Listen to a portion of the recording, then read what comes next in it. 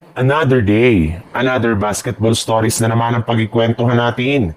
At ngayon nga ay ang pag-uusapan natin ang balitang bagong starting five ng Los Angeles Lakers at ang game preview ng Golden State Warriors laban sa Portland Trail Blazers. Hindi nga naging maganda ang kalagayan ngayon ng Los Angeles Lakers dahil sa posible nga sila na magkaroon ng loss streak sa umpisa pa lang ng season since puro malalakas na kupunan nga ang kanilang mga susunod na makakalaban sa mga darating na araw.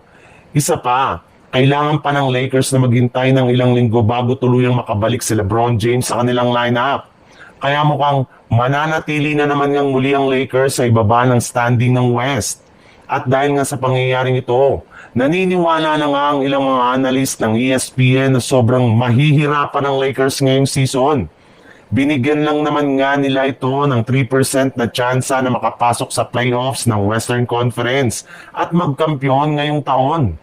Medyo hindi pa nga nakukuha ng mga players ng Lakers ang play ng bawat isa at nagkakapaan pa nga po sila sa lahat ng kanilang mga ginagawa. Kaya kung gusto man talaga ng Lakers na manalo especially bukas laban sa Minnesota Timberwolves, ay kailangan nga daw talaga nila na bumuo ng bagong starting five na sina Luka Doncic, Austin Reeves, Jared Vanderbilt, Rui Hachimura at si DeAndre Ayton. Sa ibang balita naman, pagkatapos nga na manalo ng Golden State Warriors laban sa Denver Nuggets kahapon, ay didiretso na rin naman nga ang kanilang team sa lugar ng Portland Trail Blazer para kalabanin ang kupunan ng Trail Blazer.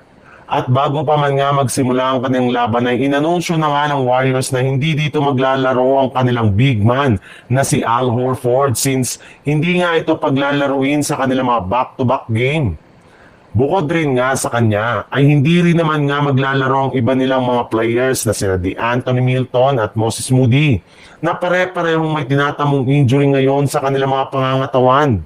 Pero sa kabilangan niya na mananatili pa rin ngang liyamado ngayon ng Golden State Warriors lalo pat hindi pa rin naman nga natatalo si Stephen Curry laban sa Portland Trail Blazer ng mga nagdaang taon.